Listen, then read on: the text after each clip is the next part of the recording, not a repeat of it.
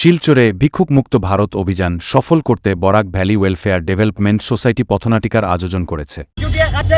Barak valley welfare development society একটা NGO আছে। আমি ওই এনজিও কাজ করছি। আমরা মিলিয়া একটা পরিকল্পনা আনছি আমরা এখানে, যেটা হইলো ভিক্ষুক মুক্ত ভারত। এই যে পথে পথে ভিখারিরা ঘুরিয়া বেড়ায়, তারার একটা জীবন আছে নাকি? কিরা হইতো তারাও তো 10 টাকা 20 টাকার বিস্কুটের প্যাকেট দিয়ে তো হইতো না, তারা তো একটা জীবন যাপন করতে লাগে। ওইটার একটা ব্যবস্থা নিতে আমরা তো ওইটার প্রচারের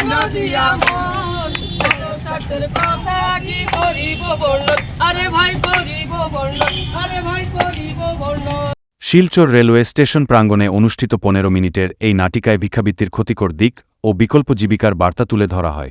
সংগঠনের দাবি,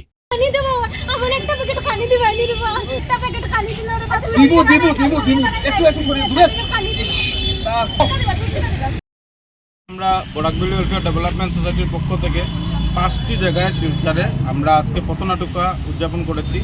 এইটার মধ্যে সমাজের মধ্যে আমরা বার্তা দিতে চেয়েছি যে আমরা দেখেছি অনেক মানুষ ভিক্ষাবৃত্তি করে আমাদের এই শিলচর টাউনে বসবাস করে।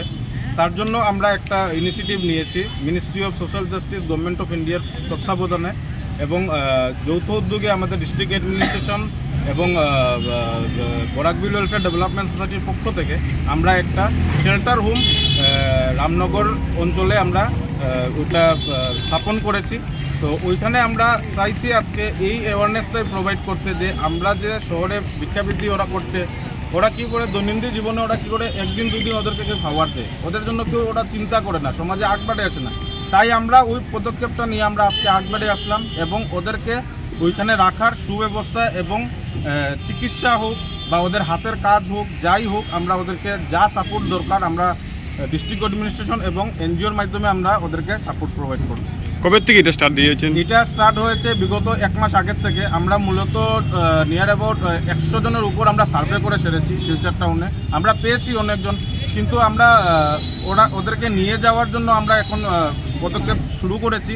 আগামীতে ওদেরকে আমরা নিয়ে যাওয়ারও চেষ্টা করব। কতজন আছে এখন অবধি নেই, আমাদের স্টার্ট হয়েছে শুধু। তো আমরা এই অ্যাওয়ারনেসটাই ক্রিয়েট করছি সমাজের মাধ্যমে। আমাদের যারা মিডিয়া বন্ধুরা আছেন, আমাদের যারা লোকাল অ্যাডমিনিস্ট্রেশন আছেন এবং লোকাল জনসাধারণ যারা আছেন, ওদেরকে আমরা আহ্বান করছি যে আমাদেরকে সাপোর্ট করুন, আমাদের পাশে আসুন, এসে দাঁড়ান এবং আমরা সবাই মিলে যাতে ওদেরকে যাতে সাপোর্ট করে আমরা শেল্টার রুম প্রোভাইড করতে পারি।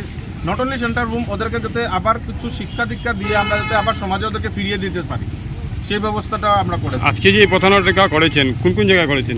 আমরা মেডিকেলে করেছি, আইএসবিটিতে করেছি, ডিসি অফিসের নিকটে করেছি, রেল স্টেশনে করেছি এবং আগামীকালকে আমরা কাটিগড়া, বড়খোলা এবং সুনাই এবং লক্ষ্মীপুর এইসব অঞ্চলেও করব।